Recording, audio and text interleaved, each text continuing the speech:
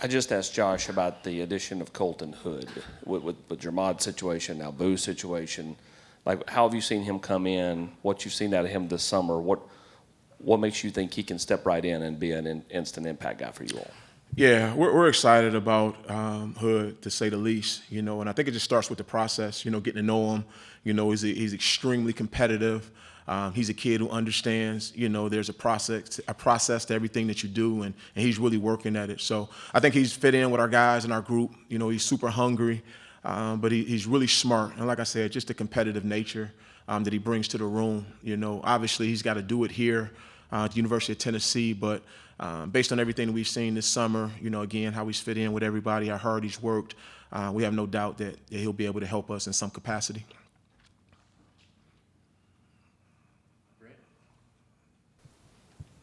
As a follow-up in the secondary, will you work Hood and Beasley at multiple spots throughout fall camp to try to create depth? How do you kind of manage that room back there now with so many young guys and then obviously the uncertainty of a couple guys? Yeah, I think that's one of the things we've prided ourselves in, teaching guys not just how to play defensive back, but, every position, in terms of whether it's a star, whether it's a safety, whether it's a corner spot. So obviously guys have unique skill sets that you try to play to their strengths. You mentioned Beasley, he's definitely had a chance to play some star in the spring. He's also played some safety. We think he's a guy who brings great, versatility to the position. So, but we're mixing a lot of guys there, if we're being honest and being frank. We're excited about, you mentioned Colton Hood. You talk about Jalen McMurray, even William Wright. We've had, numerous guys that have gotten some reps at that spot.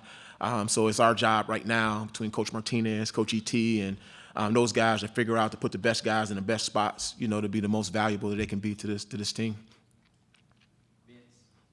Coach Bing, back here. Usually over here somewhere. I know. He's sitting back there. But, okay, yeah. I got downgraded. So your linebacker position, obviously, with Carter and T-Lander, those are known commodities that you want to take the next step. Pretty young and inexperienced behind that. What do you think of those other guys in that linebacking room? Yeah, I think the first guy that comes to mind is Edwin Spillman. Spillman had a really good spring for us. He's exactly what we're looking for in terms of, just understanding standards and living by day, just the way he comes to work every day. Great leadership skills. Another guy, Jordan Burns, who's gotten, significantly better, over the past year and a half. So, we're excited about those guys. Brendan Ames showed some things as well during spring. He's a guy who has a great combination of size and athleticism. And then we got obviously a couple young guys between Herman and Pilates. So, yeah, we're obviously going to be young there, but we feel like, from a talent perspective, we're probably even deeper than we've been in the past, just off pure talent. Adam, then Rob? When you're talking about moving guys around, as you guys do in the secondary, like, how much movement is too much movement in camp? In other words, when do you need to decide this guy needs to dedicate himself to star or corner or safety? Yeah, that's a great question. We've obviously had from, right after the season to weightlifting, right before spring ball, you start going through installs and things of that nature. You obviously have spring, then you have the summer ball, and then obviously we're going into fall camp. So, we've had some moments, to be able to teach, and evaluate. Obviously, as the bullets start to fly, as you start to put more on their plate, you get a better idea who can handle what and who obviously needs to be at what position. So I think that's always a work in progress, but we've got some really resilient kids, some extremely smart kids, and very competitive kids. So those guys, want the challenge. They want opportunities to play multiple spots. But again, at some point we'll obviously figure out, who's best at what, and we'll go from there. You guys obviously had a few key losses up front on the edge, but in this day and age with player movement, is it a luxury to bring back the kind of experience you did in Bryson, Jackson, Joshua Joseph, those kind of guys? Yeah, we're excited about them. We feel like we've built a really good culture around here, and it's refreshing that guys want to be a part of it. Our front, we got a lot of guys, that obviously hasn't played a lot, but we do have some key figures that have played a lot of snaps, significant snaps. So, it's up to those guys to continue to, move the needle, so to speak, to bring those other guys along. But, yeah, it's been awesome. But I think that's a tribute to the culture we've built here on defense and, Coach, and obviously what Coach Hype has done, overall as a team. To the back, Rick, then Paige. Hey, Tim. It's an exciting time, but it's also a difficult time. As a coach, how do you prepare your guys for the grind of fall camp? Yeah, we like to think we've been working at it again, since spring ball, understanding what was ahead of us, understanding how fast this thing comes. But it's not hard. Man, these kids love ball. They love football. They're excited about it. They can't wait to get down there. If anything, it's us trying to slow them down a little bit, not trying to get it all done in one day. But that's what you want as a coach. You want guys that are eager and excited about the opportunity. But it's been fun. It really is. Like I said, we have a really good mix of older guys with a lot of talented young guys new to the program. But, the way these guys have hit the ground running since spring ball, I know they can't wait to get going, and neither can we. Earlier in the spring, yeah, there we go. Earlier in the spring, Edwin Spillman said that his pass rush and blitzing technique will be special in the fall. How much are you seeing that be confirmed during practice or expectations-wise for the fall? Yeah. All those backers want to pressure and blitz, so I'm not surprised he said that. It's a lot of them saying the same thing. But, yeah, they'll get their opportunities. We're a pressure team, and, we want athletic linebackers that can win one-on-ones. And, he's definitely worked his tail off during spring, to kind of sharpen some of the technique and the fundamentals that come with being a great pass rusher. So, no, it's exciting. You want guys that believe in themselves and are confident, and obviously, showing it in practice day in and day out, would be the proof in the pudding. Why do you, back here. Why do you think that Jeremiah and Ariane have been so effective in pushing each other to be better? Man, those guys are just uberly competitive. They want to win. Just watch these young guys, how they've matured over the last couple years.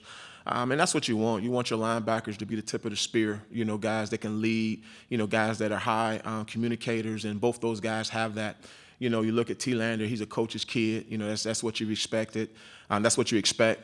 Obviously with Ariane, the amount of snaps he's played, he's earned that right. So both of those guys have been outstanding since, again, spring ball. And even before that, you talk about the fourth quarter workouts. Those guys have been tremendous leaders and great ambassadors for our program. So I think both of those guys are primed for great years. And, just because of the energy and the work that they put in it, they can't help but lead, and the guys are following. Tim, what does Josh Josephs need to do now that he's kind of the old head at that position to take the next step in his career? And with Caleb Herring, what does he need to do to become a more consistent contributor? Yeah, I think for Josh is just to continue to do what he's been doing. He's been extremely good for us in the run game.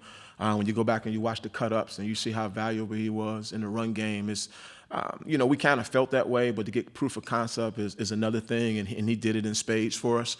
I think as he just continues to, be the vocal leader, I think when he got here, I think Josh would tell you, he was quiet, kind of to himself.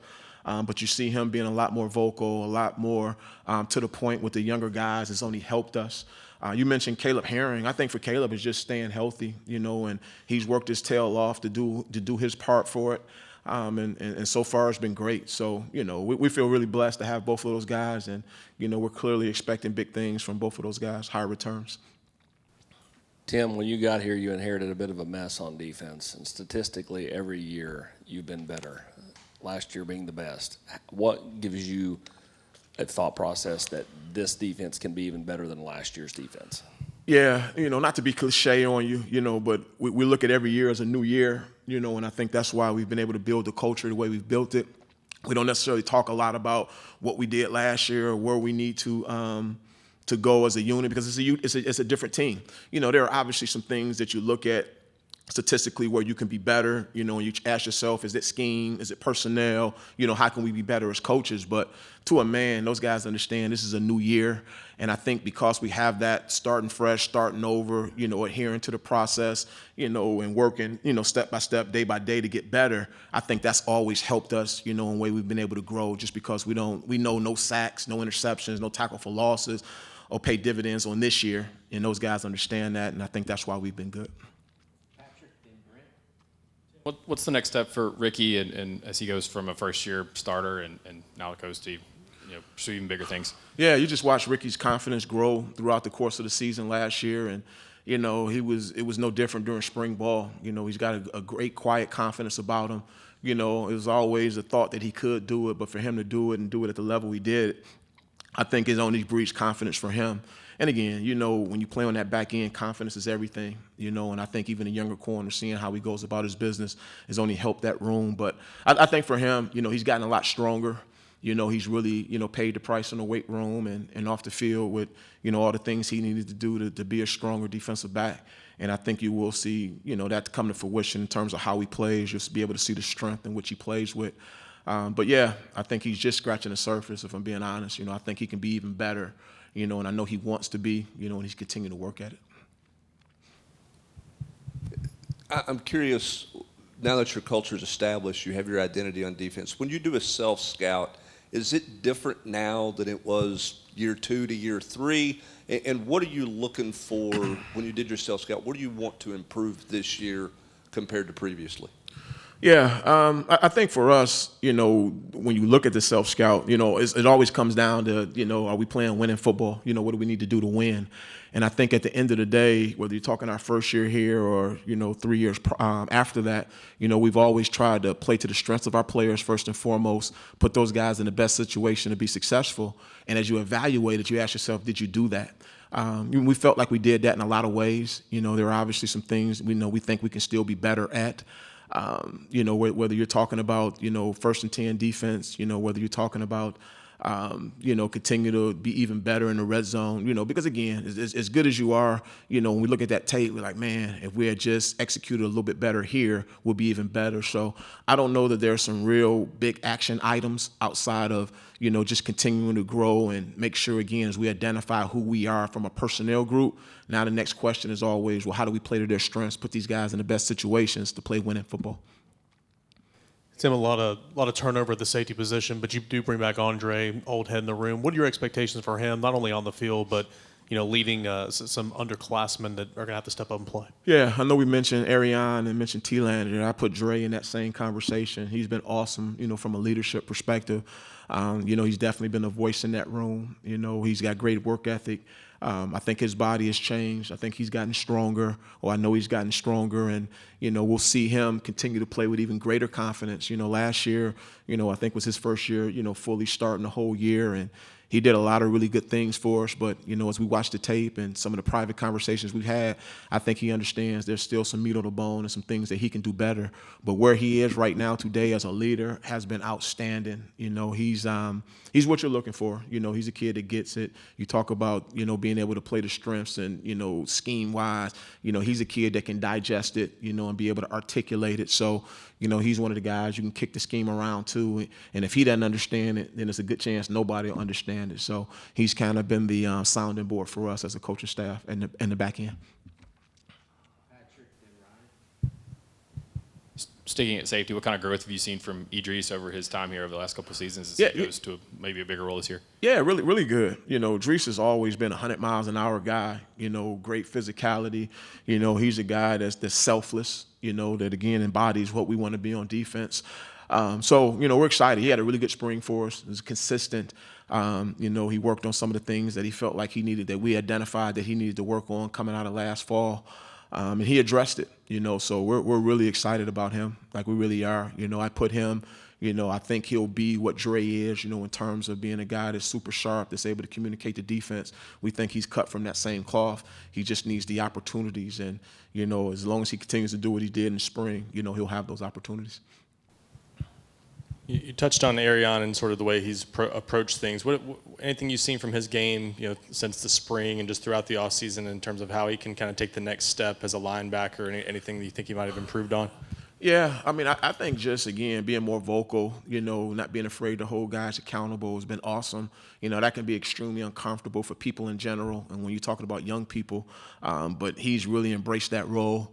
I think his body, look, his body has changed a little bit. He's noticeably bigger and stronger. So we're definitely looking forward to seeing, a guy with that type of instincts, that type of grasp of the defense, and now that size and combination of power, just kind of seeing what it looks like when he puts it all together this fall. So I think he's in a really good place for us right now. And like I said, we're expecting really big things from him. All right. Thank you, Coach. Okay. Thank you, guys. Appreciate it.